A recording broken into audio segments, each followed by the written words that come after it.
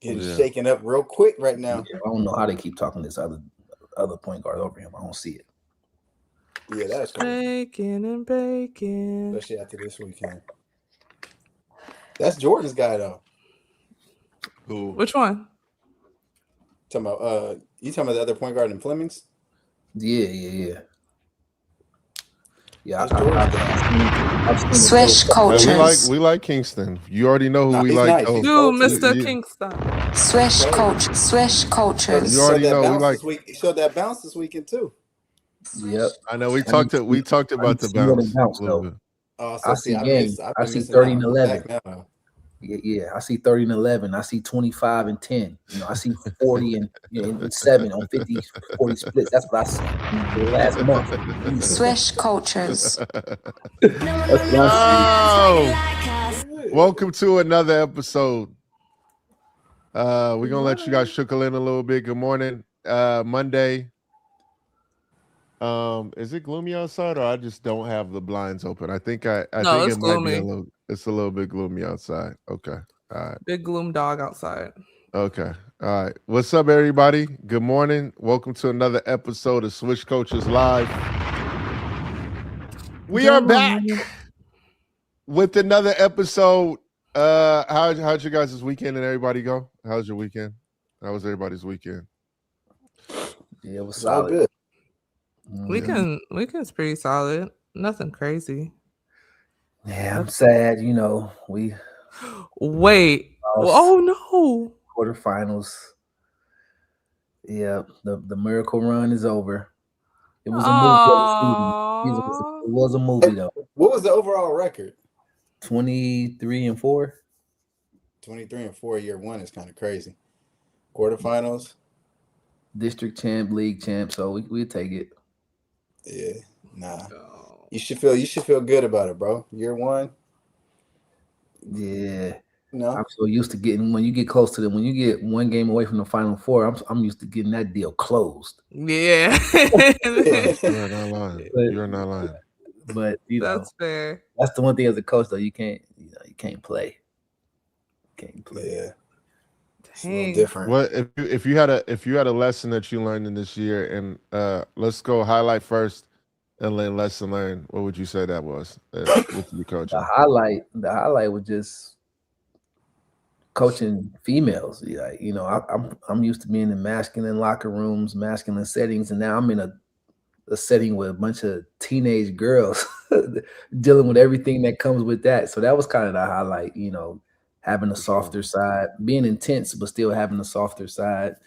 That viral moment that happened was because of them. They got me to play in a game that I probably normally wouldn't have played in, the staff versus teachers game. So that I think just working with them was the highlight and winning the district championship. What I learned is patience. As a player, you never realize how much a coach repeats himself. And then when you are the coach, you realize you repeat yourself like a broken record. Yeah, that makes sense. Shout out to the great coaches out there for being able to come up with the same message dressed up in different ways. Man, facts. Do you see coaching being long term? Yeah, I'm open to it. Yeah, I'm more open to it now than I was before. I was like, no, but now, yeah, I can see that being a definite possibility. That boy is coaching easier than you thought? I don't want to say it's easier than I thought. It depends what level it is. So for high school, depending on what the division you're in, the competition in your class, like if you in the bigger class or the smaller class, that'll determine how much work you really have to put in. Yeah, it wasn't that hard, especially when you have a team of girls that are basketball players that can play. It's difficult when you're dealing with a program maybe who girls are just learning how to play or the numbers are not there. But I had girls that actually play basketball, so it made it a little bit easier. Yeah. That's fair. I couldn't imagine going on a team that girls just couldn't play at all. Man. You lose your mind. Yeah. Especially being a player. Oof, I know that's tough. Yeah, that's a good group, man. Coach Cole, man. What they call you, Coach Cole? Yep, Coach Cole. Oh, CC. Coach Cole. No, that's hard. But we're not going to skip over the fact that we saw some of your highlights, Ray. Yeah, Ray. We ain't gonna skip that. Do you have it, Ashton? Do you have it? It's on his story. Is it still up, Ray? No, that's gone, man. We ain't got to do that. Nobody cares. Yeah, we just want. We wanted to see the drop to the back to the. You almost got back to the 3 off of the drop. I know you. Yeah, were that was to get OD. back to it. I needed that. I know you were hunting to get back to it off the drop. We did see that. The Ray special. I still got a little bit of game left. I got a little bit of game left. The games be coming on YouTube. I'm gonna start sending y'all the link, man. Yeah, what's the games out. What's the title? What's the title of it? Of the games? Yeah. I'll send you the link, but it's on like a YouTube page called the P League. The P League. That's what I think. Yeah, I think that's what. But I'll start sending them to you though. But y'all gonna be asleep. They be coming on at like 3 a.m. now. Sure. But right, I still got a little bit of game left though. I ain't even gonna lie. I'll be up. So, all right, send me the links. All right, guys. Go ahead. Oh, I think I found it. Ray Mac, you dirty dog. Hey, Ray about to Ray whole face about to turn red once you start showing them clips. Nah, man. See it again. Okay, hold on. I found it, y'all. Hey, man, you can't hide from me, Ray. I'ma find you. All right. I'ma find you. That boy tried to say that his story was not. I'ma find you. Did you find the clip? Oh, this is the top 3 plays. Oh, you made the top 3. Hold on, it's coming. Hold on, go back, guys. Oh, Ray, don't do him like that. Let me go back. I know it's kind of glitchy. Choppy. Don't have me looking choppy now. It's not me. It's the connection. Nah, you good. Yeah, I try to get behind that line, but show one more time, man. I'm trying to. I wish we could slow it. I wish we could slow it a little bit. I know it's a little choppy on the thing, but man, that was OD, Ray. Right. The key to that move is the jab off of it. Even though it's choppy, I see what you did. You jabbed that top foot, he bit, and once he did that, you drove baseline. Once you got him on the hip, we hit him with the Penny Hardaway special. Yeah. Drop, get back to it. Oh my goodness. Oh Lord. And then one. They didn't want to give you the call low key, that's but crazy, right? I couldn't. He is all in your landing space. My God. Yeah, he was. That's crazy. I know. Oh yeah, that's tough. That's tough, Ray. This is how we know Ray be trying to down. This is how we know Ray be trying to down his he be down in his plays, bro. Ashton went straight to the top 5 and it ended up showing up. Shout out to Ashton. Yes, sir. Hey man, come on, let's move on. Let's get to these young boys real quick. Man. All right, look. You see what happens? You see what happens? He got shy. Nah, man. All that ain't nothing new. I've been doing that move for a minute now. Hey, he said Ray been like that since I seen him at Mercy. Facts. Tell him we show no mercy too out here on the basketball court. Well, yo, you seen him at Mercy and we show no mercy. You guys know what time it is.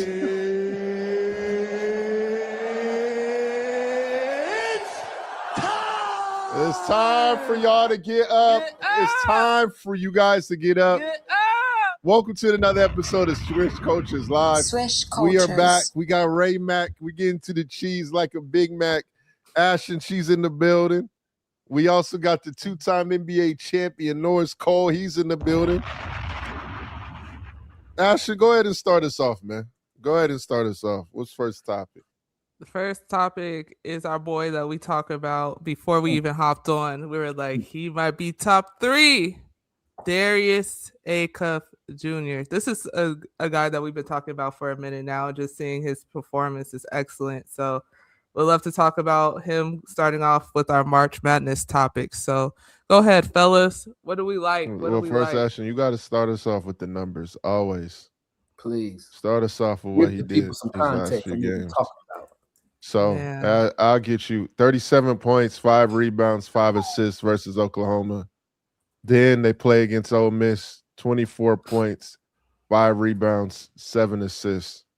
Then we get to, the finals against Vanderbilt, 30 points, 11 assists, 3 rebounds. He also, where is it at? He also, let me get to, if I'm not mistaken, was the first player to average like over 20-something points and shoot 44 from the three. I think that's the first time in history that he did that. And he won SEC tourney MVP, and he won the SEC tournament.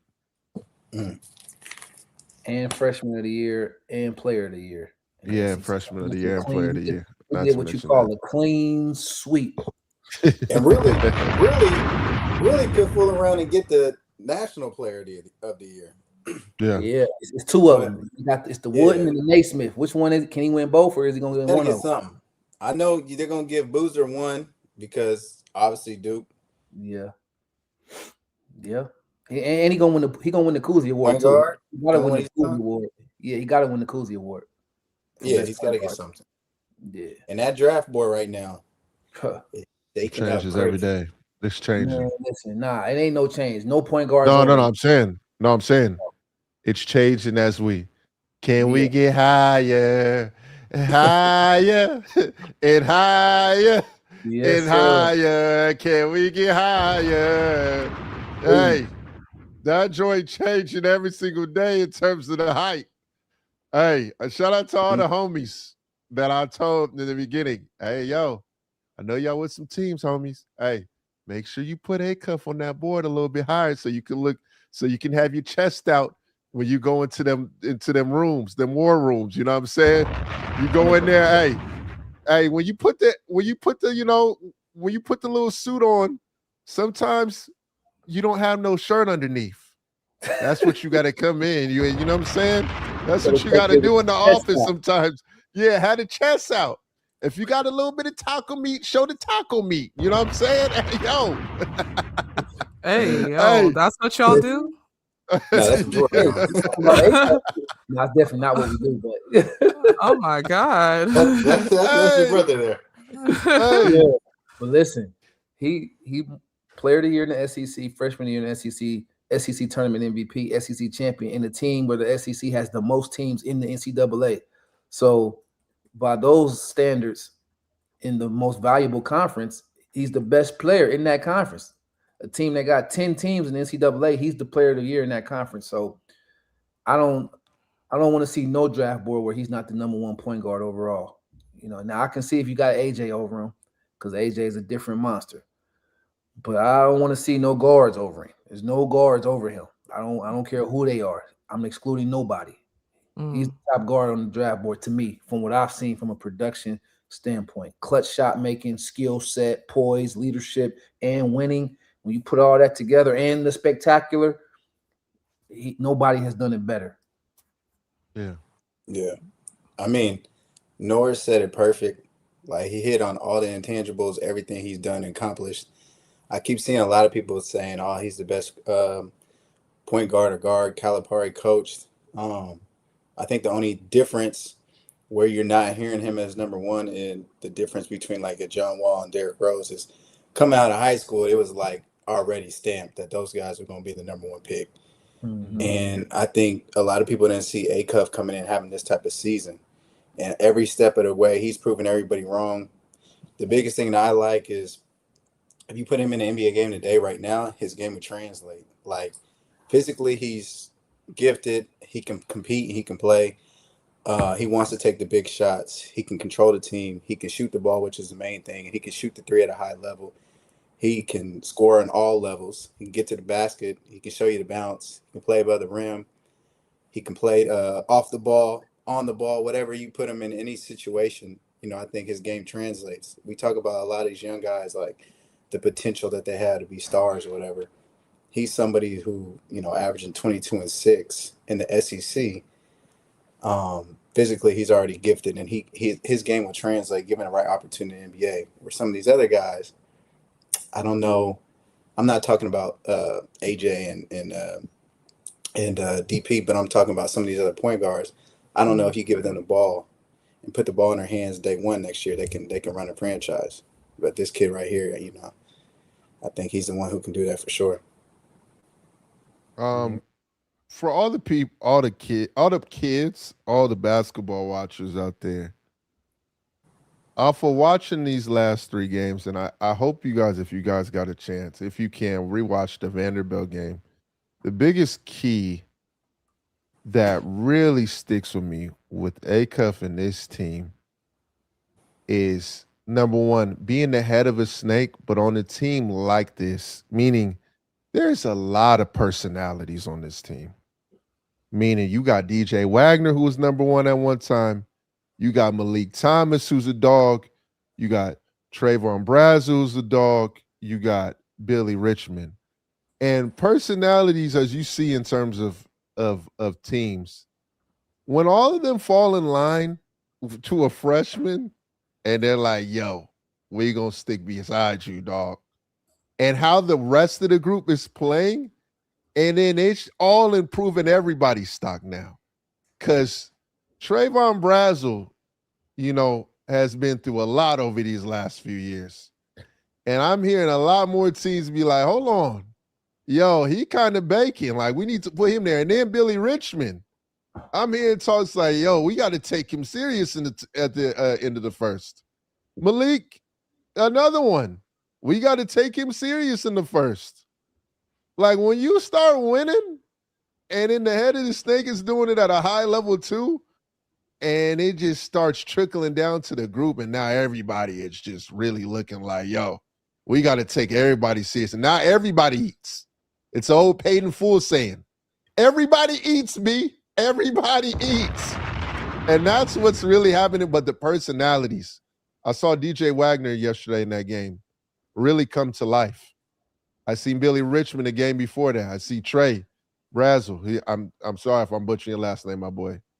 Everybody is starting to just feed off of the energy, man. And that's one thing that's really stuck with me with Acuff playing well, is how he's doing it and how the rest of the team looks.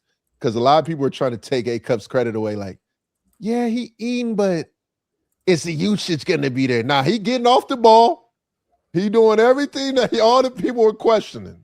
And he getting assists too. He ain't just scoring. That's what I'm saying. Had double doubles, dropping dimes. The assist has never been nothing for me. I've always been on the assist wave. But then they're like, is it high usage? Okay, all right, bet. Let me get off of it a little bit. You know what I'm saying? Hey, the whole group, everybody playing well, man.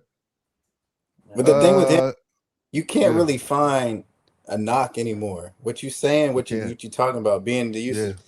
Like, after this weekend, I feel like he pretty much shut all that up.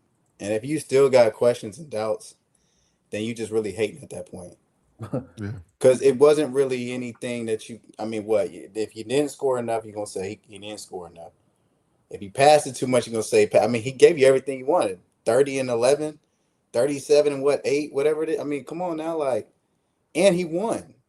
And to be honest, Arkansas coming into the season wasn't not the favorite to win the SEC. At all. And the guys that you naming, he's helped uplifting rising their draft stock. You know what I mean? So he helped put some other guys on the map. And you got a coach like Calipari, who is one of the best in coaching pros. You also got to give some credit to Tyler Eulis on the staff. You know what I'm saying? He's experienced everything in college, been in the NBA, former point guard, also helping him, lead the way. But, hey, man, if they want to keep hating and they got something to say, I don't know what else they can say. And for me, he's just getting going, it looks like. With the NCAA tournament coming up, it's just another perfect stage for him to just keep stamping that, one of them top spots in the draft. Anytime you're in the same conversation as Pistol Pete in the SEC, you done something. Pistol Pete rewrote all the record books. Anytime you in the record books with Pistol Pete was leading the conference in scoring and assists, there's only been 2 guys that have done it. Pistol and Acuff Jr. So that speaks for itself.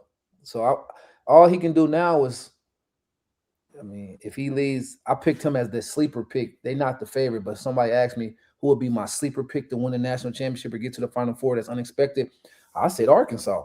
I said, because this kid right here, this kid can have one of those moments every night. He could possibly be the best player on the court every night. So that's my sleeper. And if he do that, now we talking about top 2. And I don't know if he do something like that. Yeah. If we get Arkansas to the Natty, now we got to have an AJ DeBonta conversation. Oh Lord. I'm not. The last thing on the Acuff too. I call the fan group the streets. This man got the streets in the chokehold right now, bro. That's all people want to talk about. And go look in the comments. I always see it now. I've been hearing it a lot. I heard it a lot when I went to Arkansas. I've been hearing it a lot. I see it a lot in the comments. I just want y'all to read the comments. He got the streets in the chokehold, and they asking, why can't he be number one? Everybody is saying it. I see it all in the comments, and I see them gravitating towards this dude. He got him in the chokehold with the fans. They rocking with it. The streets is rocking with him. And you see the AI effect with the cutoff under the jersey now, Jordan. Yeah, the AI. I see the Stephon Marbury joint the most. I'm saying that it was both in the same era. They both the same. No. I'm saying I see the Stephon because he got that armband right there. So every time I see it, he got the extended cutoff tee like AI had it at Georgetown. He had the extended cutoff. With the but when I think of AI, I think of this joint. Okay, we talking about the AI in college. Talking about the AI in college. Oh yeah, okay. Because everyone said the Steph, and Steph wore it right there, so that's why I think of that. Yeah, he got that too. And two, by the way, I love Acuff too as well. AJ the bouncer, man. What he showed me, dog. I'm not gonna lie to you. Cole 25. First off, I didn't even look at his stats until recently. My man's averaging 25 points a game and shooting 51 from the field. Seeing a double team. A superstar. Have no fear. The crowd is here. Can you talk about it? About what I'm about to ask you? Oh yeah. Exclusive coming soon. We did some play breakdowns. This kid's incredible. Him and Acuff have been the best in terms of film breakdowns I've seen. But talk about how recent it was. When did you do the interview with AJ? Like 2 days ago. Probably coming out tomorrow. So make sure y'all look out on that. Yes, sir. Acuff exclusive tomorrow. Not Acuff exclusive. Acuff exclusive coming this week. AJ the bouncer tomorrow. Maybe Acuff at some point this week. Hey, they've been killing you, so we gotta go ahead and drop it now, huh? Yes. They killing way too much, man.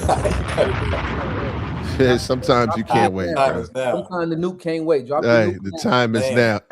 Escobar's season has returned. Time is now. It's been a long time coming. Like that boy Nas says. That's funny. It's life or death with this.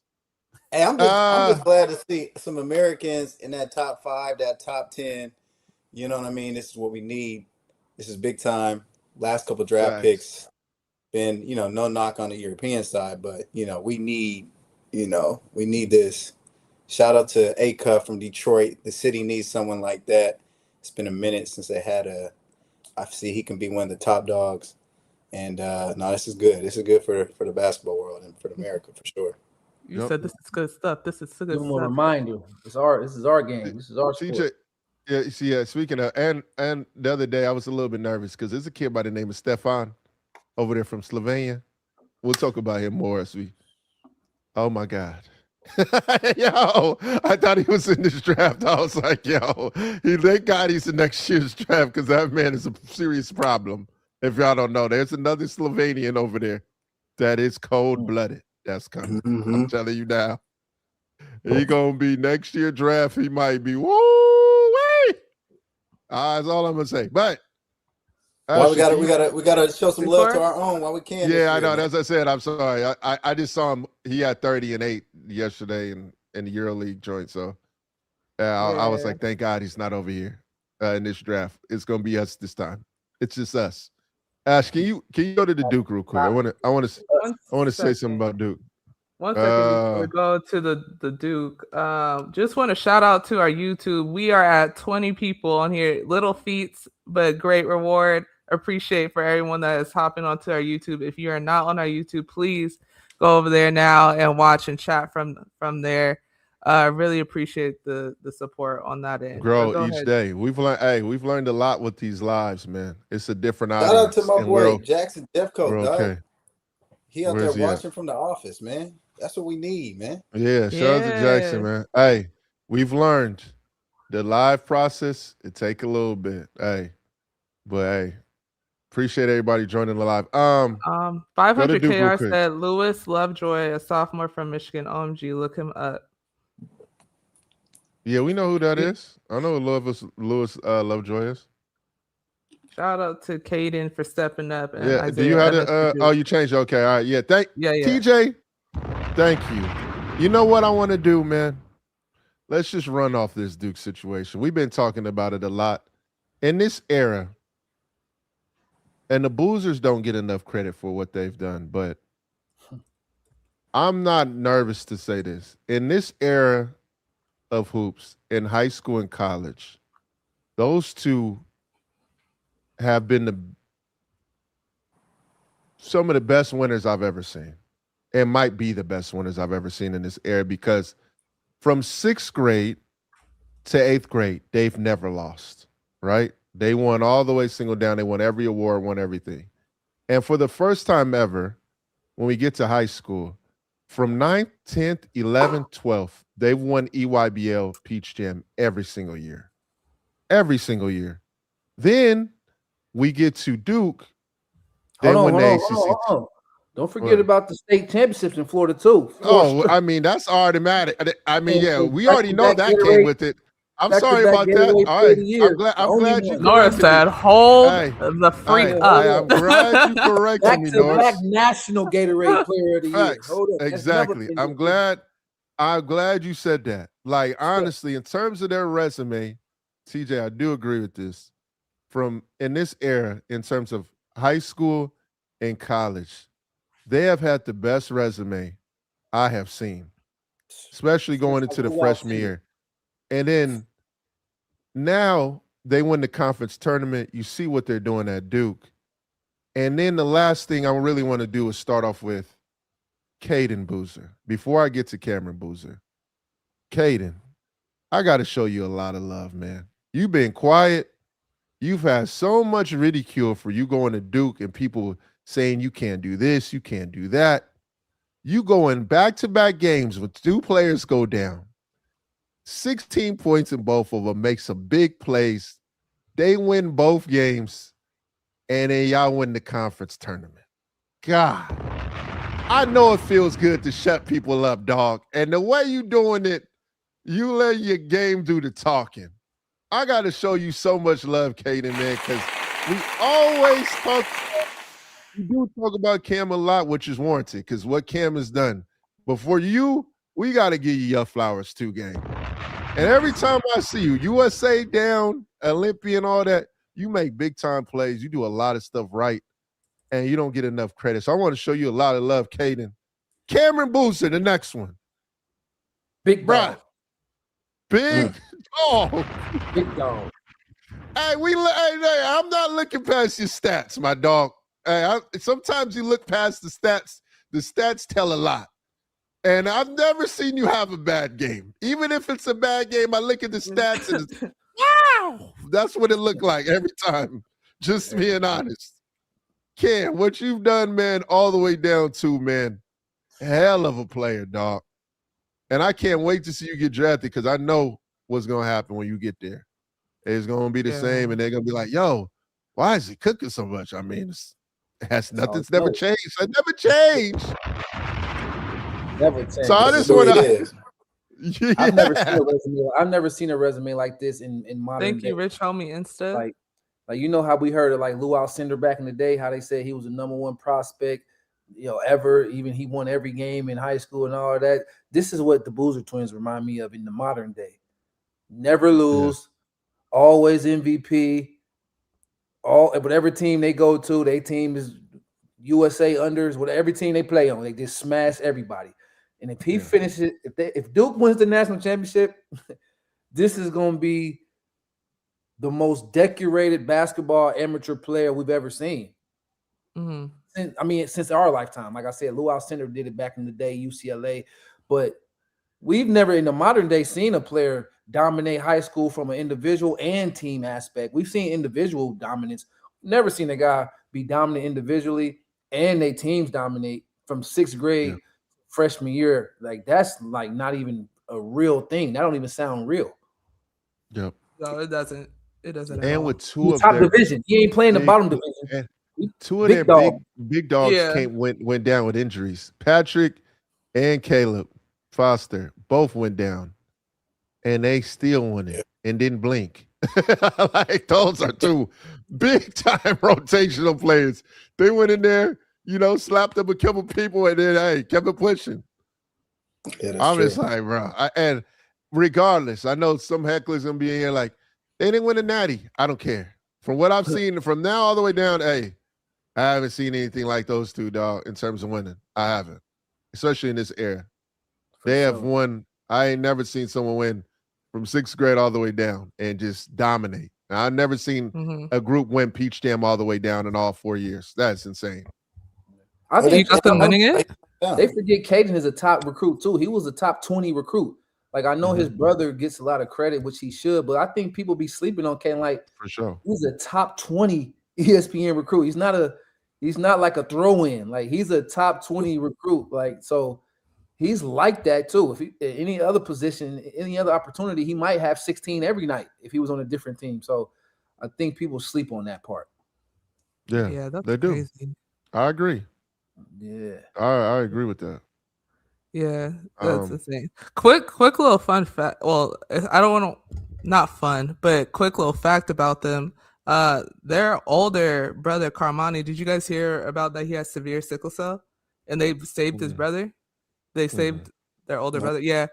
They were born as carriers of the trait through the successfully used IVF for the twins. And so the twins were genetically matched to provide stem cells that cured Carmani's condition. So how crazy is that? They're winning in life, literally. Yeah, I was about to say the same thing. I didn't know that. That's hard. Yeah, they saved their brother's life. So that's hard. Yeah. I saw that yesterday. I was like, this is actually insane. And they did like all the way from when they're little. They said that they knew that their brother was sick, but they didn't realize like how deathly it was. And then they actually carried the trait and they were able to save his life. No need to have a donor when your brother's right there. 2 of them. 2 of them, dog. Hey, that's like some Avengers type stuff right there, dog. That's fire, dog. Right there in your living room.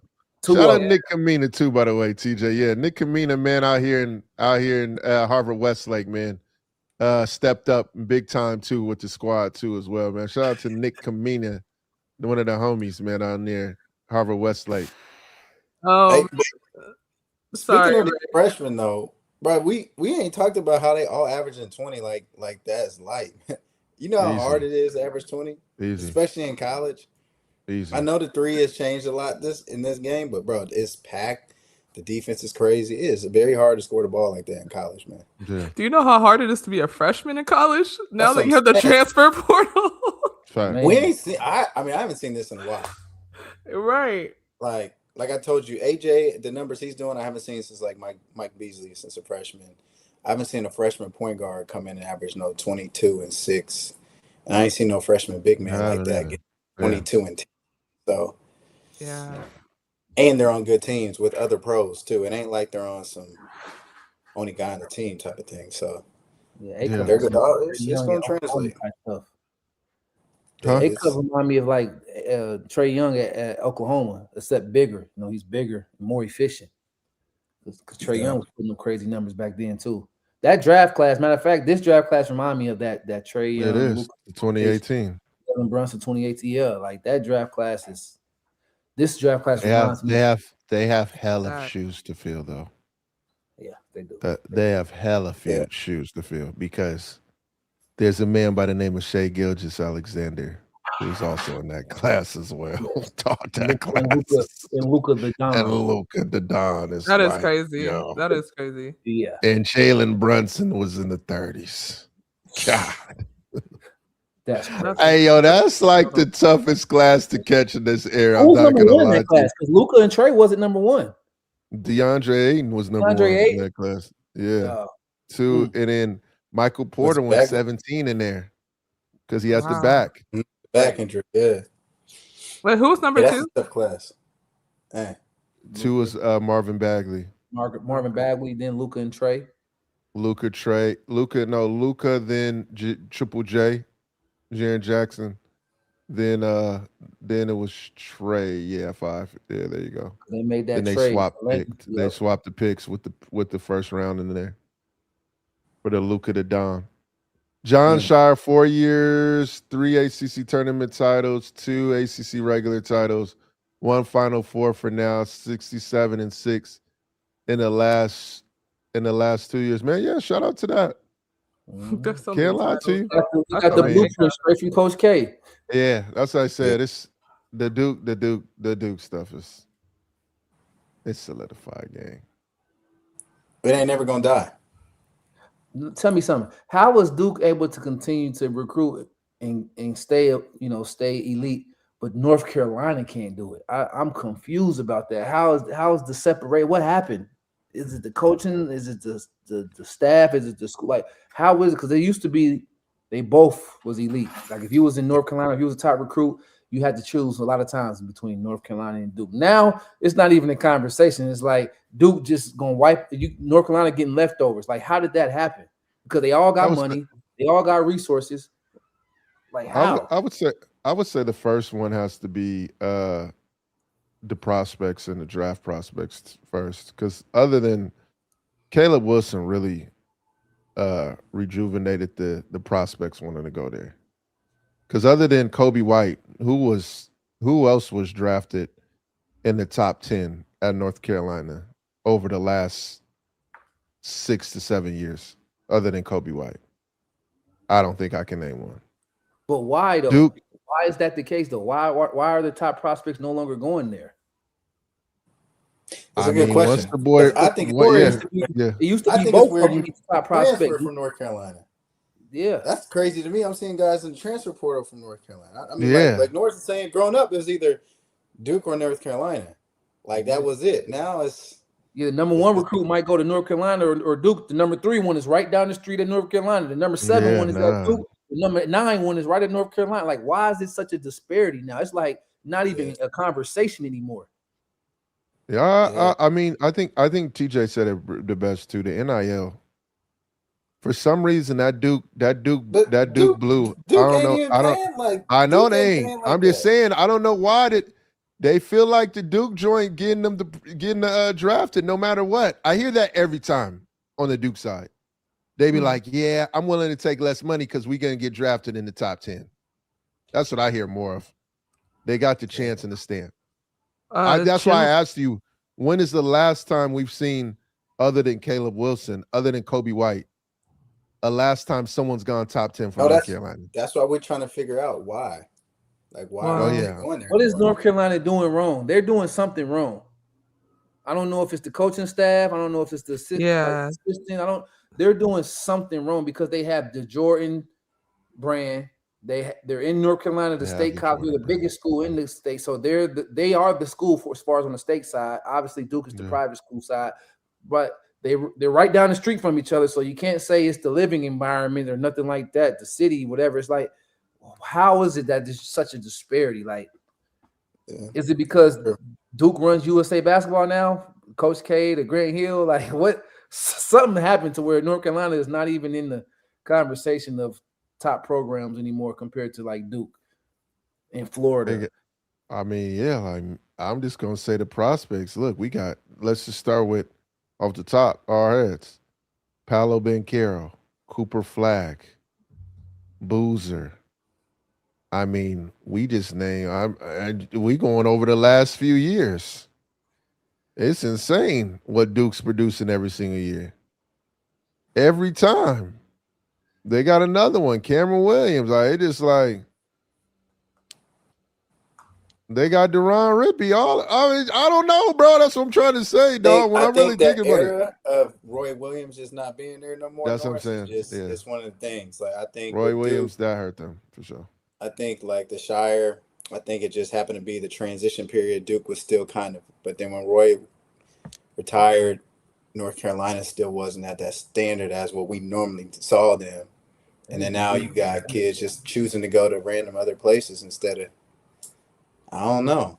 But bring Calipari or somebody in North Carolina so we can get college basketball back. Then we have some. bring a juggernaut back. You know what I mean? Bring somebody like that in here. Yeah. Then we have the real rivalry back. Calipari in North Carolina, whoever. And then we could get some real rivalry back. Because right now, it's real light. Duke is dominating low key, like or high key. It ain't even low key no more. Yeah. No, so I got a question for you. Oh, good. Even with Duke, North Carolina, it's like every school. Like, I feel like, I don't know, Norris, you can tell me, but if you're in Ohio, like, it's like, I want to go to Ohio State. If you're in Indiana, you want to go to IU or Purdue. If you're in Michigan, you want to go to Michigan State. Like, that used to be kind of the wave, but now with the NIL and all that, it's like, bro, who's got the most money?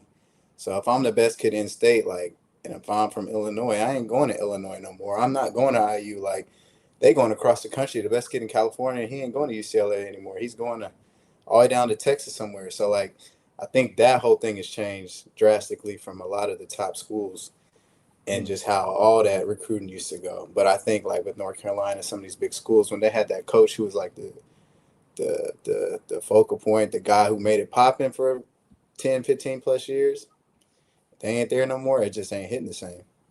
What question you had, Jordan? Kind of, well, not really on the Duke of North Carolina. I want to ask you about how you feel about the Miami, Ohio. I feel like they got beyond robbed. They're playing the playing game off of losing one game in a conference tournament is wild, bro. So if you're telling me, guys, if you're a smaller team in a conference people don't respect, you have to go perfect to not make the play-in? You gotta win the tournament. Bro, for them to be in a play-in to lose one game is crazy, dog. Yeah, this is just total disrespect. I mean, they deserve to get in, so the fact that they got in at large is good. But to have to play in a play-in game, to disrespect, it's been teams that has had like 4 or 5 NBA players on it that don't go undefeated in college basketball. So any team that can go undefeated in I would say high major or mid-major conference, like, because the MAC is mid-major. It's not like it's low major, you know, it's mid-major still. For them to go 31-0 for the regular season and get rewarded by a play-in game, I think is just total disrespect to the Cinderella stories. It's big business. Clearly, it's big business. I know they didn't want to have 2 teams from the MAC get in, but it is what it is. We went through that in Horizon League. Yeah. When Butler was, Butler went to back-to-back national championships. They got at-large bids. So for us to beat them, we got 2 teams in. But the only difference was somehow Butler was able to schedule a little bit more difficult, teams to play. So they got a little bit more respect. It's not Miami of Ohio's fault that they couldn't get teams to play them. I mean, you can only play who you play. And if you run off 31 straight wins, there's a level of focus and respect that you have to have. To win 31 straight at anything, that's not chump change. 31 straight, not like 10 straight or 20 straight, like 31 straight games is, I was kind of upset. And I'm a mid-major. I'm biased to the mid-major because I'm a product of it. So, I think that they kind of got robbed with that. And they were a top 25 team in the country, man. What other top 25 team in the country had to play in the play-in? That's what I'm saying. Yeah, I don't like it, but for the MAC, it's good in the sense of now they got 2 teams in.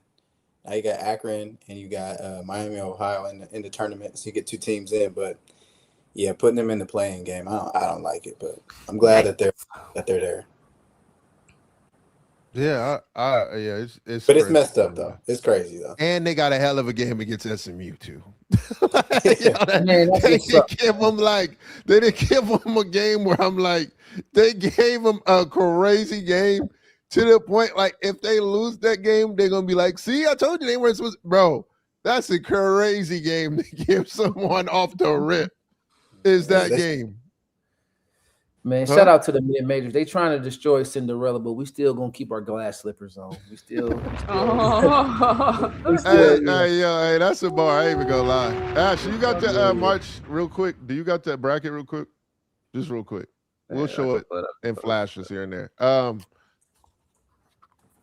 This might be the first bracket where I'm scared to pick the teams because I watched a lot of college. This just kind of reminds me back when we were growing up. Back in the day, I used to watch a lot of college. I miss CBS. We got to start bringing in the morning college games, dog. I remember I used to be able to wake up back in the morning and have some Cinnamon Toast Crunch and know that I'm watching an elite college basketball game in the morning with the cartoons. Are you talking about like from each region, Jordan? Like from each region?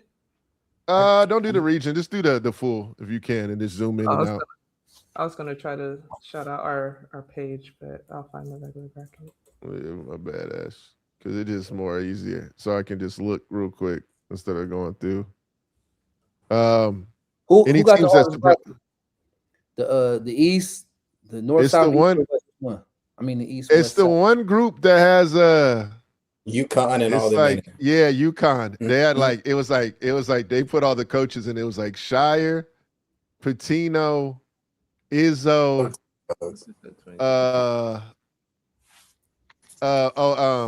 Hurley. It got to be the California one.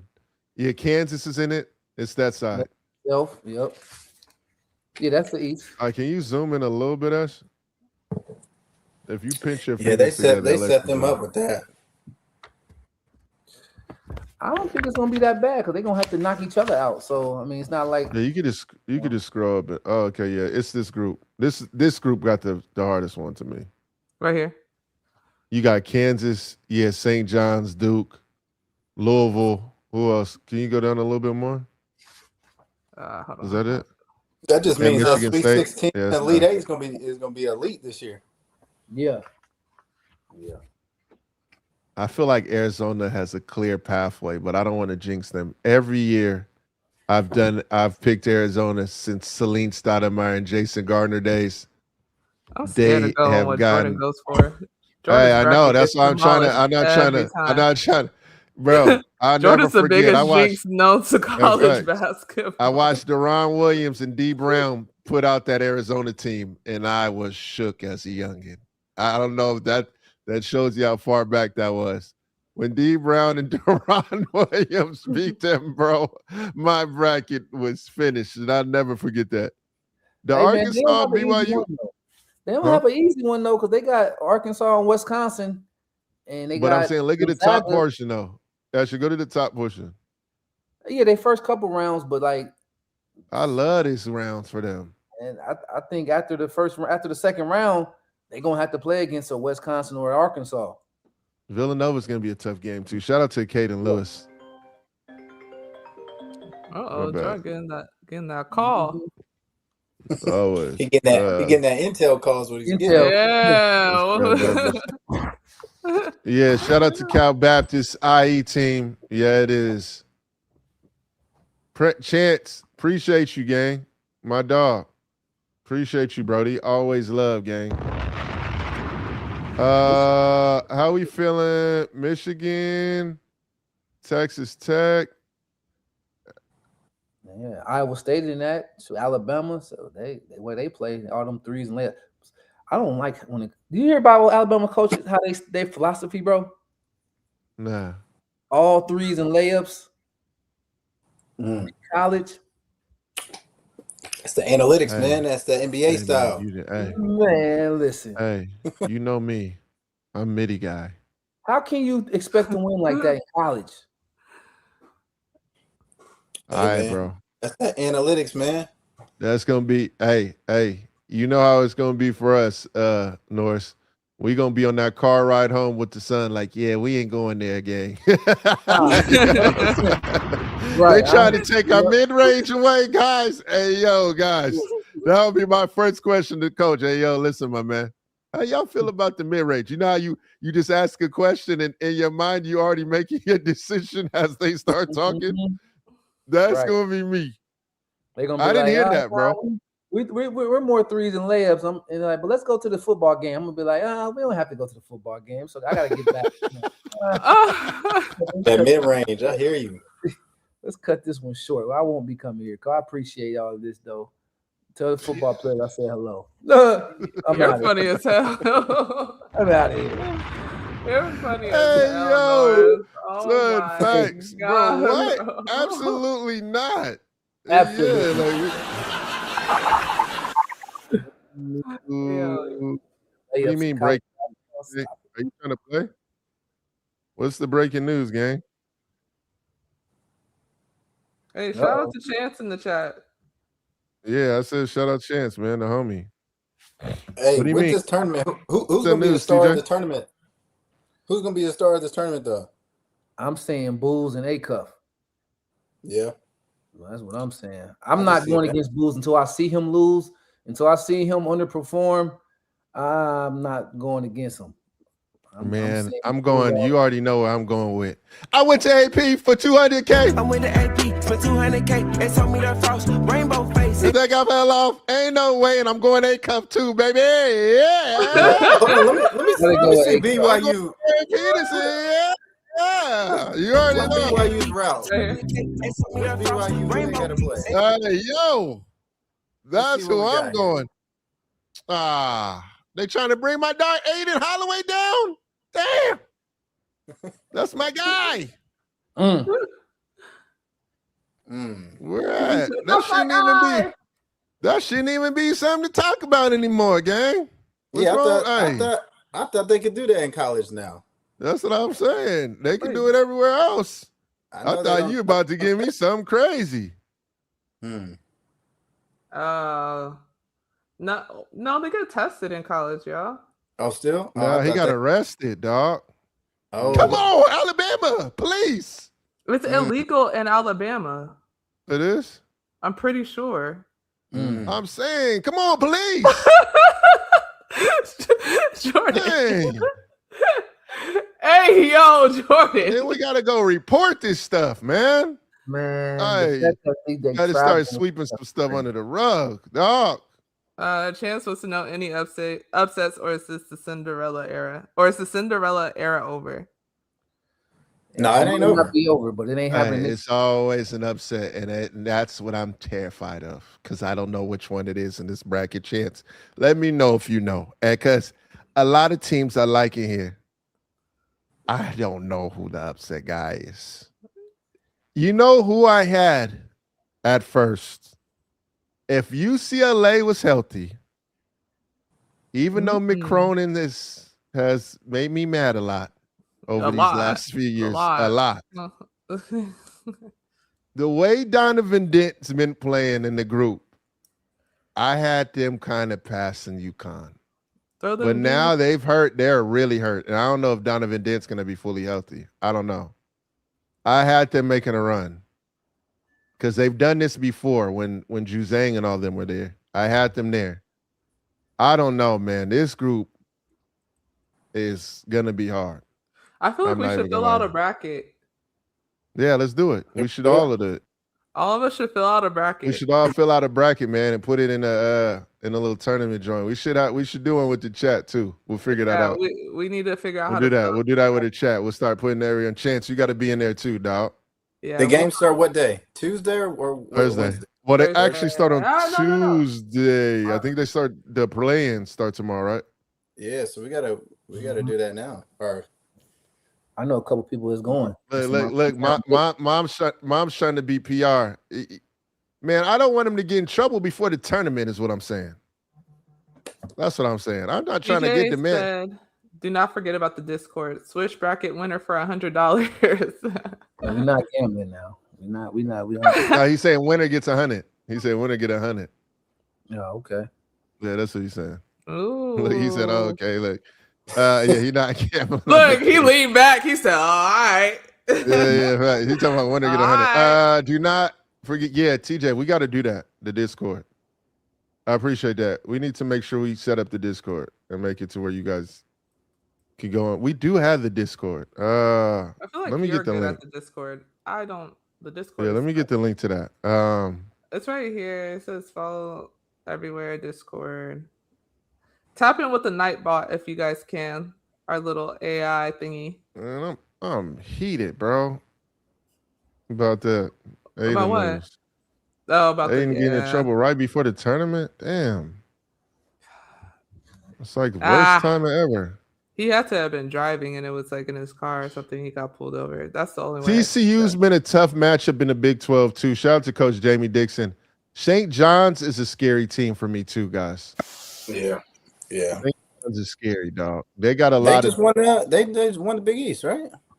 They're scary. Yeah. Yeah, he got in trouble, Chance. That's what I'm talking about, bro. You know. You got the Alabama in there. Shout out to the homie Aiden, man. I'm sad about that one. Dang, that sucks. TJ is not lying. I literally just read it. Yeah, that's awful. That's awful. Yeah, worst timing ever. All right, let's go to the next. Ash, hey, we're gonna talk about the tournament. Utah State got some shooters now. That's what I'm saying. It's gonna be one of They're all right against Villanova. Yeah. Okay. Like they're a 9 seed, but they could have been a little higher. They're all right. They got some shooters. All right, so you're saying Utah State we got to look at. Thank you. Yeah, you got to take a look at them. They're Utah State they got some shooters. Oh my gosh. Shoot the ball. I'm not even trying to I got even more insight on that joint of the Acuff. I mean of the Aiden joint. What? They talking about a pound over a pound. Oh my God. Oh yeah. We can't help you, buddy. Yeah, I ain't even gonna do my dog. I ain't even gonna do bro like that, man. You know, I read it. I just seen it. I'm like, golly. Oh, you know, let's Buntu Jonas, what up, man? Good. How are you doing today, my dog? Listen. USF upset win. Okay. We'll take a look at it. Brown. I'm a yeah, that was crazy, dog. Huh? You said South Florida. All right. Hey, we got some new people in the chat. Hold on, Ray. We got new people in the chat. Yeah, shout out to all the new people. Sign Buntu Jonas. Ray, you got to come in here with the insight. Your dad is a college coach. Man, man, you need to go. You need to go show your dad the bracket and tell him like, yo, who's in here? Answers. Yeah, give me the insider trading is insane. Yeah, no, we need that immediately. We need that. Yeah, facts. Oh, man. I need to know who's some guys in this group that can sneak some dudes, because there's gonna be one in there. There's gonna be a few, huh? I'll get the answers for you by tomorrow. Yes, please. We definitely need that. Because man. All right, go to the next. Ash, what else we got? The chat loves talking about the Lakers. Let me see. No, let's not go to that one yet. Let's not go to that one yet. What else we put in there? Expansion. We have rookie. Yeah, let's go to the team expansion because that just came out this morning. It's happening. Yes, sir. Yeah. Let me say some of my little tips. See if they can take my little small donation. Man, you are not lying. Norris, shut the hell up. Hey, you are not lying. I want to throw my little half of whatever, you know what I mean? Let me get my little 0.02. Yeah, you are not lying. Facts. Let me throw my little something in there. Look at what Monty said. I know I'm late, but y'all see the best player in the country, Darius Acuff Jr. He is playing. Hey, hold on. Shout out to Monty, her new profile pic. Hey, yo, you change them joints weekly. It's Monday. Hey, yo, Monty, we starting another routine now. Every Monday, you change your profile picture. We starting to see now. You look every good, time you sis. come in with the door, we see a new joint in here. Yeah, Darius Acuff. We talked about him at the top of the show, gang. We talked about different breed. He's what you call a headliner, Monty. He was a headliner. Yeah, facts. Full headliner. Definitely headliner. Full headliner. Going to the team expansion. A vote on March 24th to the 25th will determine whether the league begins the process of adding teams in Las Vegas and Seattle, with both franchises targeting the 2028 and 2029 season. Bids are expected to land anywhere between $7 billion and $10 billion per team. I think that's the starting bid for that Vegas team. Oh my God. That Vegas team is going to be crazy. Do you think Mark is going to have something to do with that team? Man, there's going to be a lot of people we didn't know that came out the woodworks that's going to be involved with that team. Because Mark, he owns the Raiders. He owns the Aces. I definitely see him Man, having ownership in that. All I know is, guys, the Avengers have already been formed. They're just ready to go out and start fighting. I'm telling you now, this has been a process already, and there's some other groups that I have in mind that I definitely want to see. That's gonna put in the bid. Chance said yes. Kobe Brown is going to Vegas in 2028. Hey, yo, facts. But with that being said, the bids are expected to land anywhere from $7 billion to $10 billion. Like as we said, if expansion is approved, the Timberwolves or the Grizzlies could move to the Eastern Conference. Please move the Grizzlies to the Eastern Conference. Both of them gonna go. Both of them will go. Yeah, please, bro. No, I think. Can we move New Orleans over there too to the East? Nah, they're gonna do. It's gonna be Minnesota and Memphis. Bro, New Orleans and Memphis to me is crazy, dog. They should have been in the East. They shouldn't have been in the East a long time ago. I don't understand the Memphis one. That's a far trip, dog. Let me go look at the map. That's because they was in Vancouver. That's because they was Vancouver and it was in the West. So I see. I see what they try. I'm just like, bro, that is a far trip. Actually, look, Mom, that's why I said that we're waiting to see what the Avengers are. TG, that's what we're looking at. Tennessee we don't know. is far. Yeah, Tennessee far as heck. Oh my God! I don't. Geographically, that's all the way over there. Might as well go to Miami. But Minnesota, NBA, we got to fix. Go ahead. What'd you say? But Minnesota is east, like right there next to Milwaukee, so it's right there. Minnesota can be. That is crazy. Too. Yeah, it is. Yeah. I want in New Orleans and then we get out. New Orleans is right next to Texas, bro. All the Texas teams: Houston, San Antonio. See, look, LOL. See, look, next to the Bucks, Milwaukee, and all that. LOL said I'm only 4 hours away from Memphis. This is what I'm trying to say. Like, bro, he in North Carolina. That's hella far. Yo, what? Memphis should have been in the East. NBA, we got to change. We got to change, guys. These trips, man. The Knicks shouldn't have to play a back-to-back when they come to LA. All of our stuff is messed up. Boston played a back-to-back. New York Knicks played a back-to-back in LA. We're like, well, we know Cat not playing. Like, damn. When they come to LA, bro. It's box office, guys. Come on, man. Yeah, back-to-backs is killing me. Let's put a couple of days in between. Yeah, like with those guys, we got to have, let them get a little bit of rest. They nervous that they're going to be out in LA going crazy. You know what I'm saying?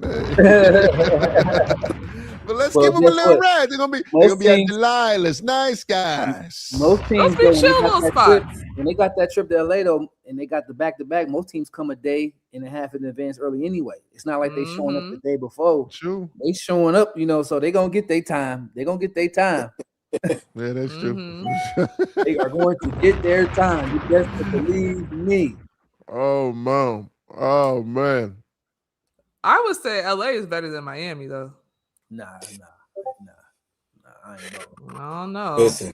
It's better as far as what? As far as what? I'll ask that. Being more chill. I would think. Chill? Nah. Yeah. LA is. I feel like LA is more chill than LA can't be chill with the traffic y'all got. It's not chill to have to drive. I'm talking about being outside wise. Yeah. Nah, Miami was perfect. Because you can land. You can land late. You just don't know the spots. Tell her, Ray. No, I said LA. I said LA is more chill than Miami. She's meaning that y'all. She's saying it's more chill, as in y'all spot is lit. That's what she's giving. Yeah, Miami is Miami. You really be outside. LA, you could pick and choose if you really, you know what I'm saying. See, the problem, you pulling up to LA, you get in late, like everything's closed. Miami, it don't matter. Yep. You can land at 1. Ashten making me nervous. Ashten making me nervous. This is like the 4th time she brought up Miami. She might be Scarface or something, dog. I don't know. I'm trying to figure it out. I love Miami. I would cover Miami in a heartbeat if they let me. I would cover Scarface. When you down there a lot, because you say people be outside, but once you get used to being down there, it's a lot of spots that's like not like it'll be like loungy, right? Yeah, it's a lot of spots where you can go where you don't run into people and all that. You just got to know where to go. See, most people think just South Beach.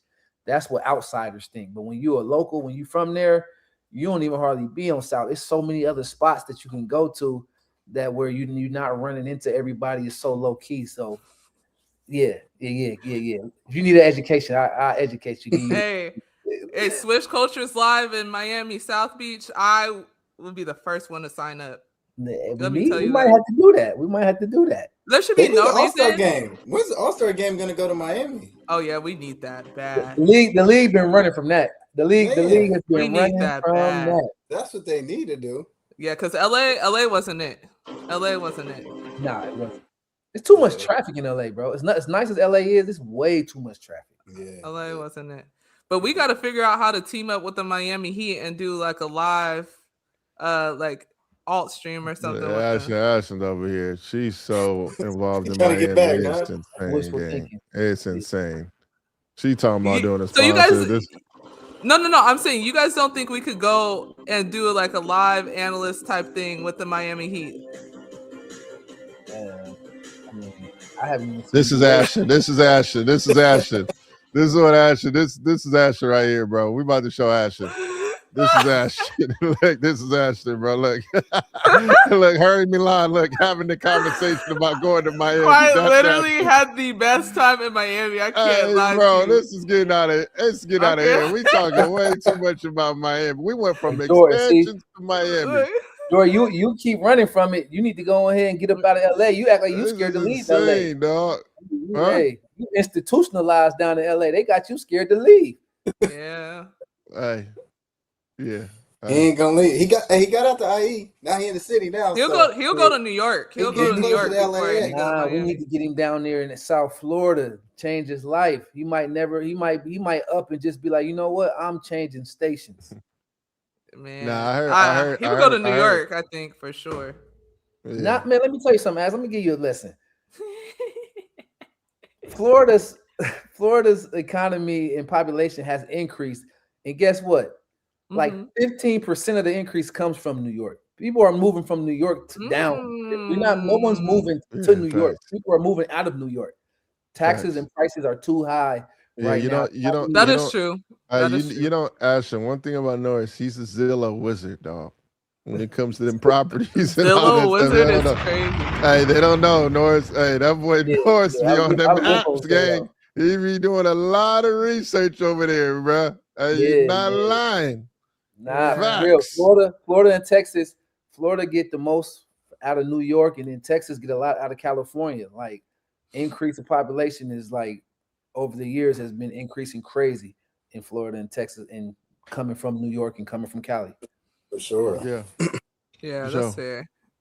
That's fair. And and since you asked the great question, we'll move on to your Lakers. All right, because usually it'd be some crazy madness in here. Lakers have 2 straight games versus the Rockets in Houston. Who wins both? Man, Rockets is going through it. I love Kev, man, but they going through it over there.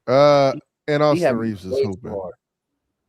Yeah. I said Kevin have to working. He working way too hard. Yeah. I'm gonna go to Lakes because what Luke and Austin are doing, they baking. Them 2 dudes is hooping. I'm not gonna lie. Now, the one thing I worry about with the Lakers, and hopefully it don't happen. Them dudes wear out by the time the playoffs is here. They are so tired, bro. Like, bro, they got to do a lot. Like, even in that Nuggets game, what they had to do to win that game was insane. Jamal Murray had 5 points in that game, too, by the way. They had to do a lot to win that game. I looked at the stat sheet. I'm like, dog, they had to do all that to win that? Jamal Murray had his worst game I've ever seen and only had 5 points, and it took that effort? God. I don't know, bro. They young enough. They prime to do it. I mean, Luka. One thing he's proven, this is what he do. He puts on juggernaut performances. Austin Reeves is yet to be seen. Can he continue this in the playoffs? But I'm not concerned that Luka gonna wear down because I mean I just watched him a year and a half ago take his team to the finals, averaging 34.5 points a game, 9 rebounds, 9 assists. So I think that they can keep it up on offense. It's just that their defense, though, they won that game. That game was a 300 combined score game, as many points as they scored. So I think their defense is where they're gonna get let down. Yeah. The Lakers, though, they surprised me, man. They top 3 in the East. I mean, in the West, I didn't see that. So I gotta, I kind of gotta give them a little bit of props for that because I definitely didn't see them solidifying themselves in the top 3, top 4. I didn't see that at all. Yeah, I gotta keep it real and say, hey, I gotta give them their credit. You keep it real. That's dope. But context, the Nuggets are beat up.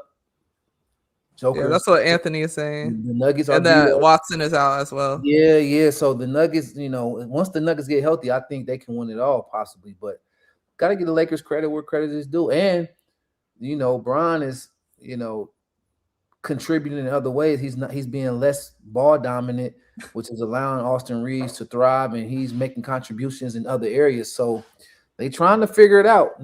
If Austin Reeves wouldn't have been hurt this year, he was on track for all NBA team. The way he playing, he was definitely on track 2nd or 3rd team all NBA because he's cooking.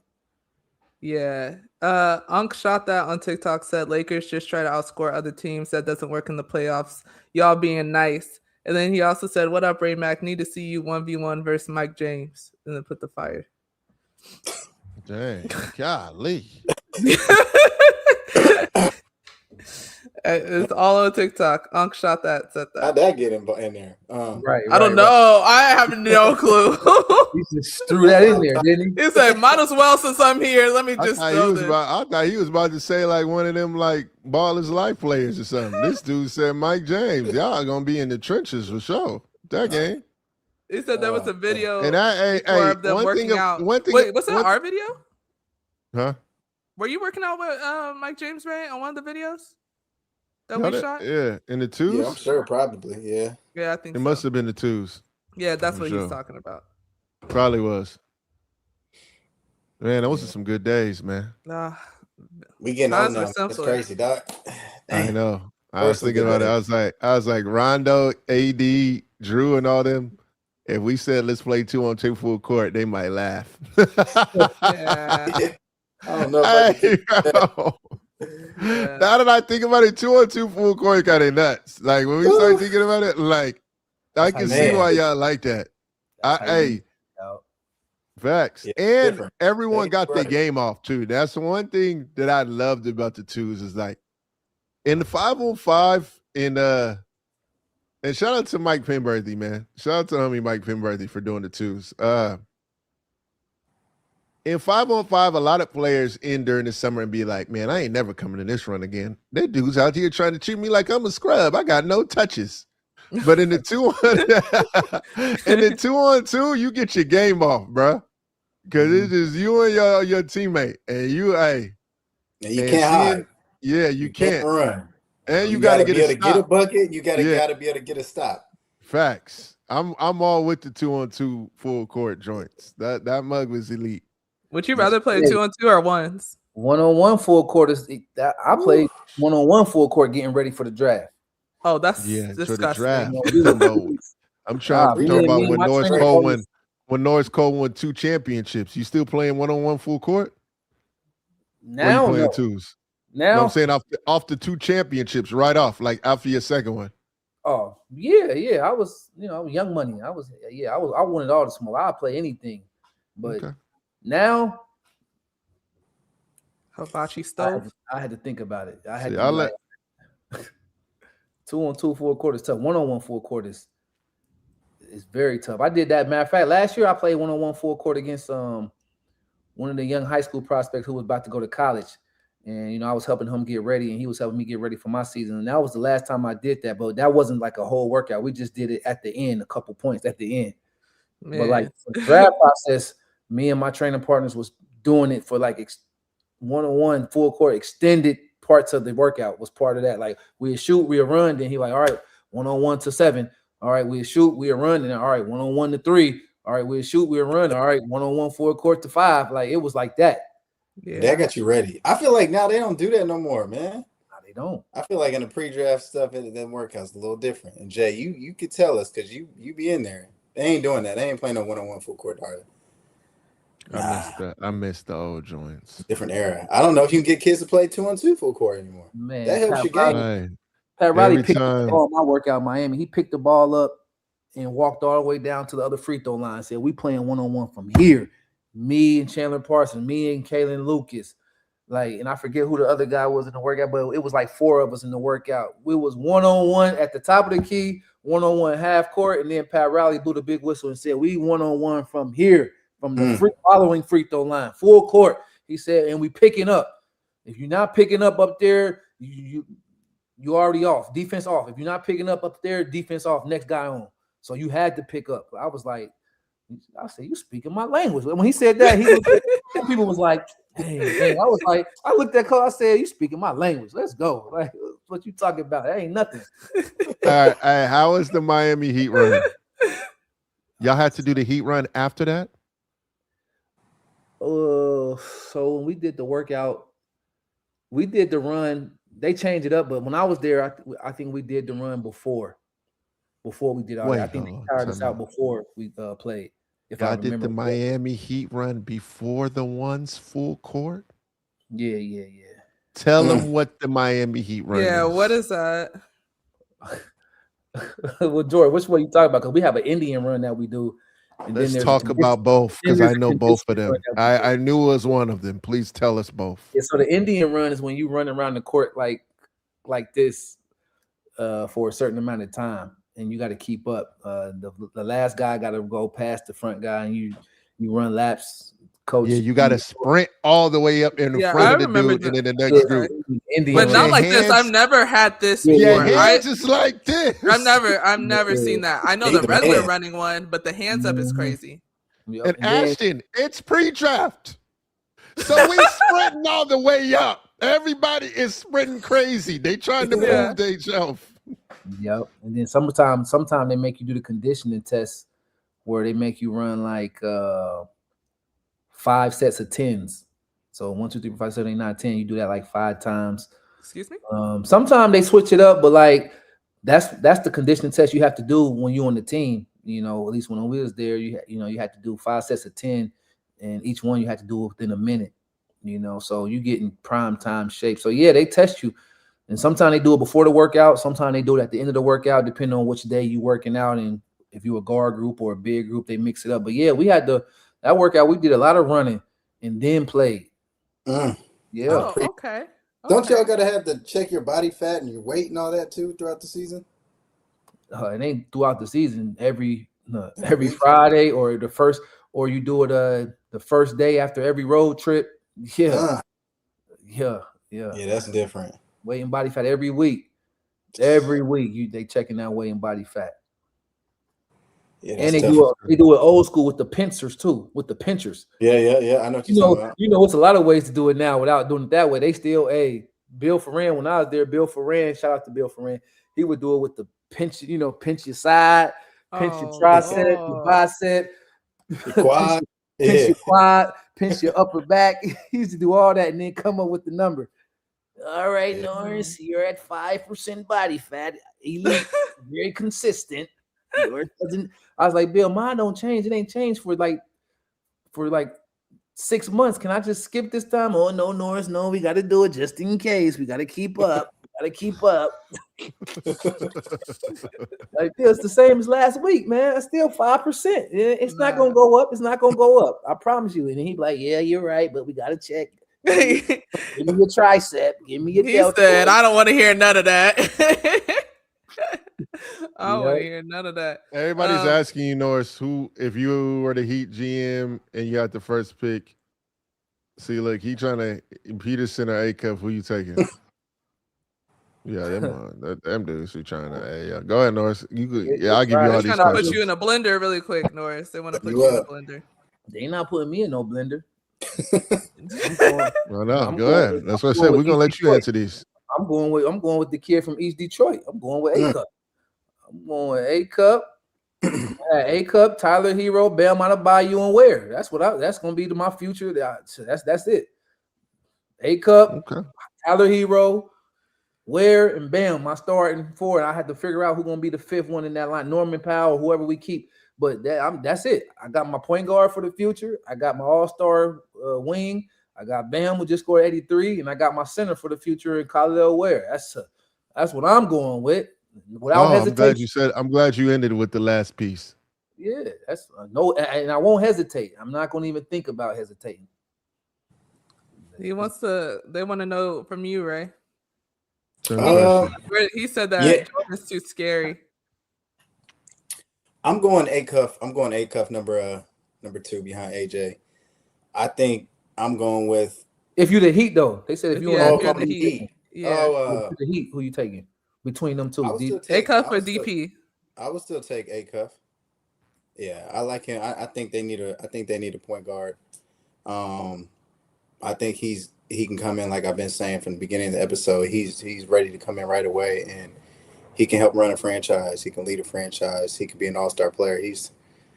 I've seen enough already in college that he's ready for that role for sure. Yeah. Now, a different team I think will fit better for DP, because I'm looking at team and fit if you're talking about the Heat.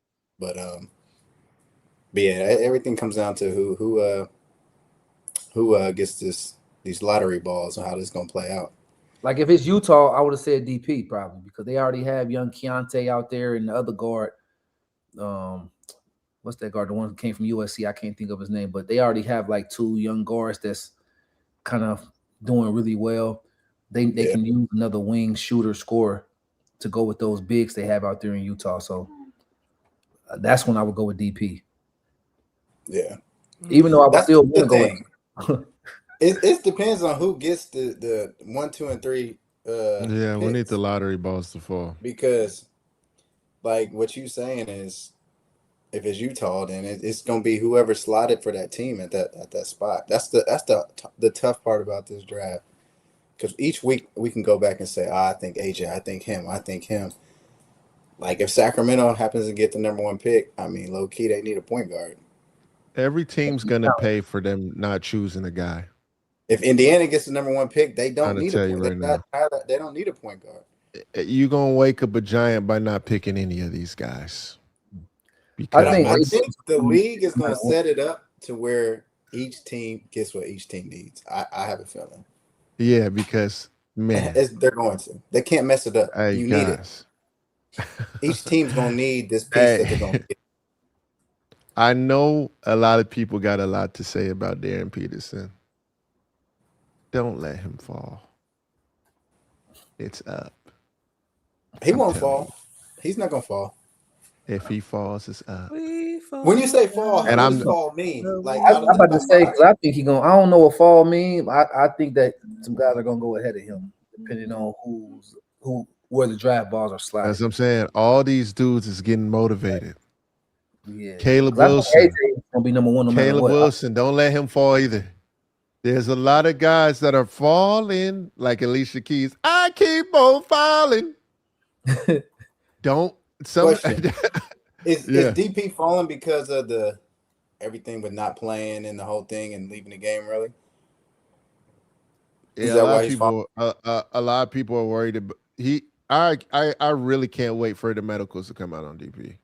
Yeah. Okay, but so here's this. So the games when he was killing, and the time we saw him a couple months ago, I want to say it might have been in January. He played against AJ, and he had 18 in the first half. And everyone's like, yo, he's the number 1 pick because he was going at him, boom, boom, boom. If he would have just shut it down from then and on, you think he would have been number 1 pick the rest of the way?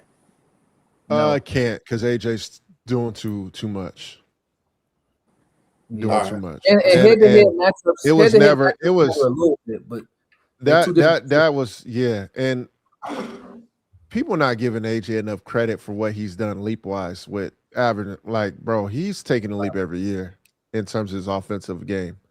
People talk about his offense. I'm like, if you guys are concerned with his offense, he's averaging 25 a game. So if you're concerned, then that means he has another level to go up to. Is that what you're telling me? Right. Did you see the double team and low key with the backside help being there too? Yeah. I'm like, man. But that's what I'm saying. Like, if you're a top player now and you in that 1 and 2 conversation, but let's say you quote unquote battling through an injury to show you still want to keep playing, do you just shut it down? Like in the future, what's going to happen? That top prospect's going to just shut it down? Because now if you're saying if DP might fall, they can't. It's too crazy now. Like, Acuff did made it a show. I know Caleb is watching like, God damn it. But I'm saying, right. What do you do? Because sometimes I don't know. Remember, I've told you guys, chat, and you guys, I've told you for months now. When Acuff was in the 10s and the 20s, I'm not going to sleep at night if I don't pick Acuff and I pick someone else over him. I'm going to be in the bed looking up like this, like I might be in trouble, guys. I don't know. Now people are seeing it. So now a lot of people were going to choose over Acuff before they're seeing this. Yeah, they can't. You they can't do now. it. Trust me, y'all. A lot of people were passing. And I'm like, don't do it. Now they seeing it. But that was a thing at one point. And I'm telling y'all right now, I see a lot of ridicule on Derek Peterson. Chill now. Because that paint opens up in the NBA. It opens. Y'all better chill. That's all I'm going to tell you. Because his peers know that he's one of those guys. And that dude is one of those guys. So don't, all this doubt we see and all that, hey, don't do it. Yeah, I'm interested to see DP at the next level in the league against the other killers in the league, like against the Donovan Mitchells, against the D Books, against the N Edwards. Is he a big shark or is he a little shark? Like in college, he seemed like he a big shark, but is he really one of them ones like a shark or a baby seal? No, we're not going to disrespect him like that. No, Jordan knows what I'm saying. No, I used to say that to Ashton all the time. Are you a shark or are you a baby seal? And I was like, I'm not going to tell you my answer. Yeah, I'm interested to see how much of an elite scorer DP is at the next level. You know, is he truly a 20-25 point per game scorer consistently, or is he one of the guys that's going to be around 18 to 20? Yeah, it depends. I know AJ is a can't miss. I know AJ. If whoever get number 1 pick, I think you have to take AJ, no matter what your team is. No matter what your team. I'm with the AP, spent $200K, and told me that frost. You might see them go up there. You think I fell off? Ain't no way. They went left. I went right. His edits are about to go crazy. His little edits once he gets drafted too. Ooh. Let's see. Why you say you want to see the medical? What you said you want to see the medical, Jordan? Because I know the interviews. The first thing they're gonna do is really ask, like, what the hell happened? We couldn't ask you before. We're behind closed doors, and then the medical gets revealed to what's going on. I'm just talking about even see the previous whatever questions, whatever someone has concerns with, they get answered. Because everybody is like, I don't know what's going on. That's the whole answer. Yeah. So like then the medical come out. They can actually take MRIs and all that. They might ask. Yeah, they have to. You have to in the combine. You have to you have to give your medicals publicly to all the teams. Yeah. So did you guys see what Monty said? She said, my uncle says DP had full body cramps that traumatized him. I don't know if it's true or damage control. And then he said every time he has a cramp, he panics. I don't know. I have no answers. Yeah, I really don't know that one. I think Jordan's right with the testing. Only DP and his dad know. Only DP dad and moms know what's going on, guys. That's why I'm like, I know 3 dudes that don't have cramps though. That don't. I know AJ, Acuff, and Big Bulls. I know for a fact that I don't know what's going on. I hope he can figure that out. But I know them 3. Okay. Them 3. I'm with it. Them 3 are showing live and living color. Hey, is the lottery next month? I'm telling you right now. If the Clippers got the 5th pick and Darren Peterson was available, they might pass out. They might pass out. You might have to have someone resuscitate them, dog. Hey, bro. Would that be safe to have him in Kawhi, though? I don't know if that's safe to do that. Hey, bro. We actually, we'll figure that out later. What? Oh, my God. You play half the year, you play the other half of the year. That's what I'm saying. Like, I don't know if somebody's willing to do that. That's why I'm just telling y'all, dog. Man. And y'all gonna see at Summer League. Oh, no, I don't know. I can't call it. Gonna see. You're gonna see for one game. We're gonna see one game and then shut it down. He might give you the Zion. One game, little special. Then we out of here. Yeah. For sure. A lot of them you're gonna see one game. 2 games max. AJ, you're going to see 2 to 3 for sure. AJ going to push for that third one. If not, just know that the team told him no. We got to shut you down. Acuff too. Acuff will play in all of the games. Kingston will play in all of the games. Mr. There's a lot of the guys in there that play all out of the games. Monty said, Norris, I like Peterson, but he don't wow me, and it's not hate. Jordan, sometimes games don't transfer. Hey. Monty. I'm with you. I mean, hey, games transferring, I'll get a floppy disk and transfer over to the DVD, to the now, to the email and everything. I'm doing all that transferring. I'm getting conversions, all type of stuff. I'm telling you now. Are such an I'm not in no doubt mode. This is the same. Hey, Monty, trust me, God. Trust me, dog. People are telling me Acuff was a 2-year guy. Let's really be honest. Hey, and you see where we're at now. So, hey, I know you see whatever. Okay. How did he look against Arizona though? Who? Kansas when they got beat in the Big 12. All right, bro. I ain't gonna lie. This season been a blur with me with Kansas right now. I'm over here. I'm in the fight of my life with Acuff. I mean with DP every time. Just because I've seen him. Same with Keontae George. Ray, we did an episode on Keontae. He went 16. Yeah. And I was fighting. Hey, fighting for my life with Keontae George. And in year 1, people are like, I told you, Jordan, you're wrong. He's not good. But you see what we seeing now. Whew. You see what we seeing now from the Keymaster. Hey, let me go to the game, though, for the DP. Whoa, for the DP. Yeah, that's crazy. Hey, pause. Hey, yo, guys, my bad. Even Ray couldn't keep it together. Hey, you're crazy. Hey, yo, you guys are crazy, guys. That's insane. Y'all crazy. He said it was you guys are crazy. Hey, he said it was passion, didn't he, Ray? Hey, you guys are insane. You guys are insane, bro. LOL said, "Get him out." That was crazy.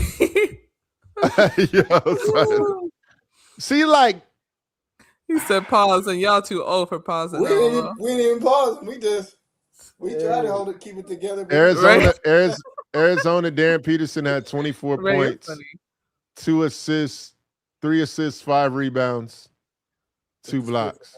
How the shooting percentage? Damn, I tried not to go. I forgot we got hoopers in here. You see how I tried to skip over the percentages. Norris said, clock it really quick. Clock it. Dang. He shot 38 from the field. He shot 37 from 3. He shot 37 from 3. Yeah. So he's a volume shooter. Yeah, you see how to follow up. You see how to follow up. Now, there's been some games where he only met him and AJ and Acuff. In terms of those threes, have had several games where they've probably only missed like 3 or 4 shots or less. They've had a few games like that. I don't know. It's I'm not. You see, I don't know. Yeah. I've seen this kid enough to be like, I'm not going against it. I know what happens up when some guys are just NBA guys. I wish some of these guys could have just went straight to the league, just to be honest. But it is what it is. Yep. And one thing I'm gonna say about this too, it's okay to be battle tested. Sometimes it's a part of it. And same with AJ. He getting battle tested going 500 because in all of AJ's life, I've never seen him go 500. He's always won. A lot of these dudes is getting battle tested. Darren, AJ, 2 of them being battle tested because they've won their whole time. They've had no one question anything. And I know each and every one of them have had battle tests. So I'm cool with it, but that don't mean I'm doubting because them dudes got it for sure. Well, we gonna see soon. Yeah, we will. And I'll be, hey, you know me, I ain't gonna say I'm wrong yet, but you got 2 years. If in 2 years, I'll say I'm wrong. I'll do it that way. Because I was seeing a lot on the Keontae. I heard Isaiah Collier would never be a pro. He's not a good enough. And you see what he's still doing. Said he only be he won't last on the Utah Jazz. I've heard that too. So I must say I didn't believe that he was that good either. I thought he was too slow to play in the league at point guard. Yeah. But he's figured a niche out. He's figured it out. He figured it all the way out. I'm reading the chat, and Norris and Ray, this is totally up to you if you guys would like to answer. I see what Squeeze is doing. Yeah, it's a tricky question. Orange juice. Norris and Ray, in y'all draft, which players that was top 10 didn't live up to the hype? Oh, in y'all draft. Yeah, in y'all draft. I say mine, just because he's the homie. I felt bad because they put him in a bad spot, but our 2013 Anthony Bennett was the #1 pick, and it just didn't pan out the way he went to Cleveland. But he was a killer. Were you shocked with that pick?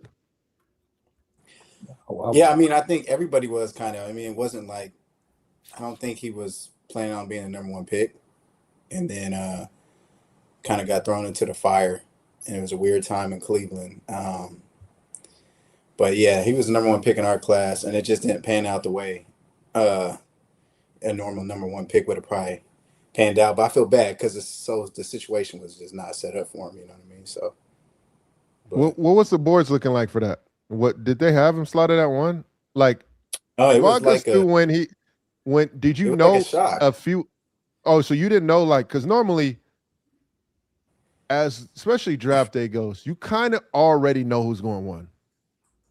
That year it was unclear with Ray's class. It wasn't a clear cut 1 during that time. That draft wasn't like a clear cut. So y'all didn't know going all the way down, even when y'all was on the red carpet. Y'all didn't know. No, they didn't know. They didn't know that he was going to be snaps. Mm-hmm. I see in my class, the one that didn't live up to the hype was probably Jimmer.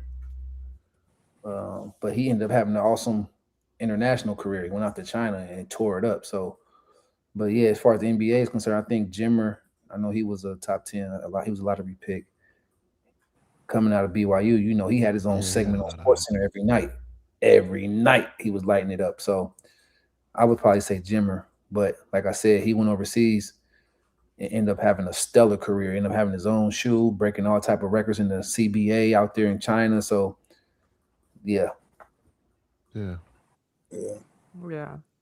Fit, man. Right fit, right opportunity. Yep. Changes everything for everybody. Yeah. Because in that class, Isaiah Thomas was the last pick. Mm-hmm. They were in the same draft class, right? Yeah, they was on the same team. Sacramento. He took his spot in Sacramento. And I was teammates with both of them there, so I kind of saw how the whole thing shifted. It's like normally if you're the last pick, you're not even on the team. You know what I mean? And then the roles just reversed. Isaiah ended up taking that spot. He had that role, and he took the opportunity and ran with it. So yeah, that was crazy to me. Just kind of seeing like, man, it's really like the right fit and opportunity, and things can happen. So that's why these kids we're talking about now, like some of them are killers in college. Some stuff will translate. Some of these kids is not going to translate into the NBA. Right. And, that's why I like Norris and we always be trying to like, yo, hold on, Jay, wait a minute. Let's let them get there first, because it's one thing now, but when you get there, if you're on the wrong team and you got somebody ahead of you, and after that second year, that front office ain't. Because ain't none of them doing what Jimmer was doing in college. Ain't none of them. Right. None of them ain't dominating the way he was at BYU. Not AJ, not none of them. They loving AJ right now, but he ain't like they ain't never seen nothing like that before, because Jimmer was lighting it up at BYU like no other. Which is crazy. Like Jimmer's game then would have translated better now to this NBA.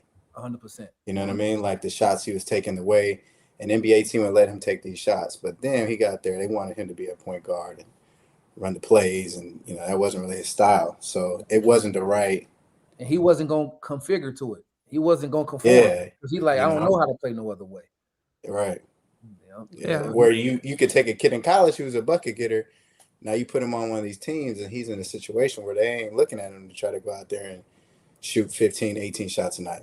You know what I mean? Now, can he be efficient with 10 shots? Can he go 5 for 10? Can he go 6 for 12, like 7 for 12? Like, can he play like that? Not everybody can play like that. You know what I mean? Larry Markkinen out there on the court with him. That's another, that's Keontae George out there on the court with him. You know what I mean? There's some other players out there that's really good that they're gonna have to make sure they share that ball with. So that's an interesting thing, that they got to deal with at the next level in whatever team they go to. Unless you go to Washington. If you go to Washington, score 80 points on you, do whatever you want to do out there. But anywhere else, though. Yeah. I got someone I want to show y'all because I just popped up on my computer. This got to be the last one, Jay, because we're at 140. Oh, yeah. I got you. And where is it? Well, he got a DC shoe deal? Are they trying to be funny? No. That's an ad. My bad, y'all. I'm about to say, don't put my man in the therapy shit. Oh, come on, man. Hold on. I got you. Hold on. Hey, Ray, I thought they was putting my man in the walkers already. That's crazy. Yeah, that's crazy, gang.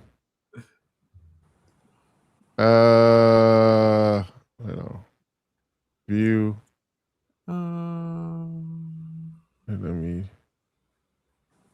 I see the Mark Lyons. I know what I was doing. No, Mark was cold. He was in my draft, and we was in a couple workouts together. Nah, he was cold, especially at Xavier. You know who was cold, Ray, back in the day? Whose game necessarily didn't translate in the league, but he was elite at Texas A&M, AC Law. Oh man, dog, he was so play all the time. Yeah. I used to watch his highlights, bro. AC Law, elite. A real deal, right? Yeah, man. Chance said, dang, go to 2 hours. Y'all making my drive easier. It's like a radio show. First off, where the hell are you going? Second off, yeah, why are you driving for 2 hours, my boy? Yeah, I'm concerned. Where the heck are you? He might be. Here, let me just do this. He might be going from downtown to the IE. That take 2 hours. That sure do take 2 hours. Let me tell you, that is a drive, man. Right here, let me just show him here. Mark Lyons was downtown at the wrong time. He might be a truck driver. Nah, he's not a truck driver. We know Chance personally. Right. Oh Lord. What's on the top right? It says display. Yeah, I'm taking this off. My bad, y'all. My fault, y'all. You showing DP? Oh nah. You see who this is? Hold on. Against these other killers out here. Oh, he's going to the IE from LA. You see who this is?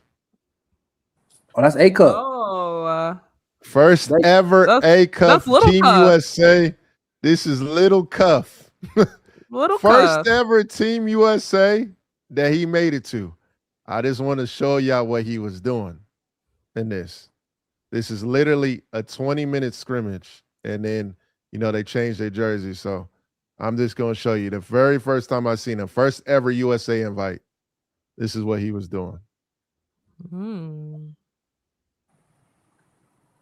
You see who's guarding him?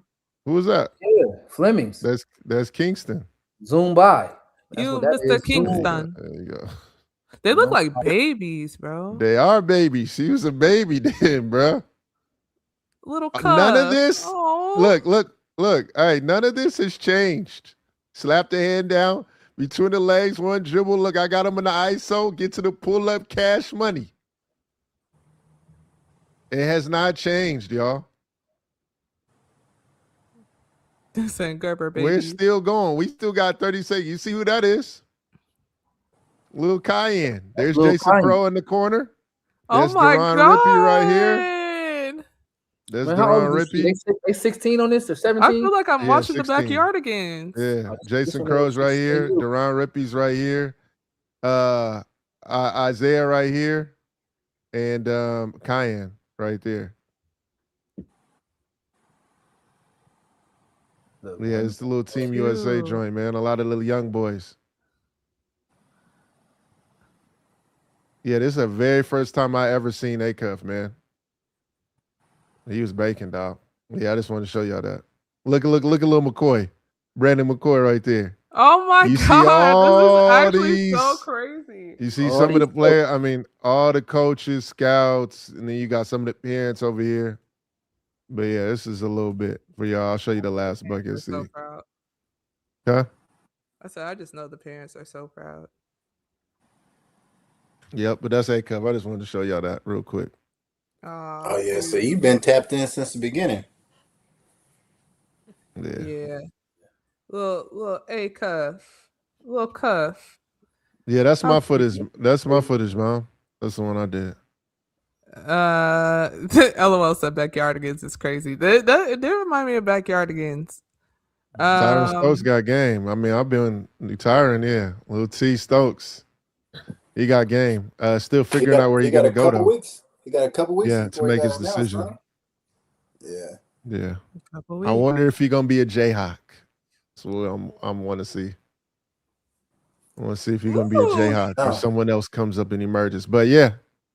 Good show today, y'all. Good show. Yes, today. sir. Good participation in the chat. You guys get a A- today. We are live 8 a.m. PST, 11 a.m. Eastern. Please make sure you guys subscribe, like, share, clip from our YouTube channel. We really appreciate all the love over there. So make sure you guys tap in. Anything you guys want to say before we get off the live? Appreciate y'all tapping in today. Yeah, appreciate y'all.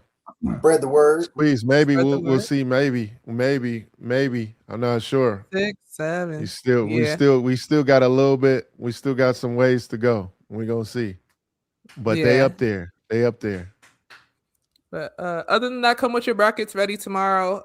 We'll tap in. W show, good talks. Shout out to TJ. Get some rest, Ray. Says squeeze. We'll tap in later with y'all. Peace.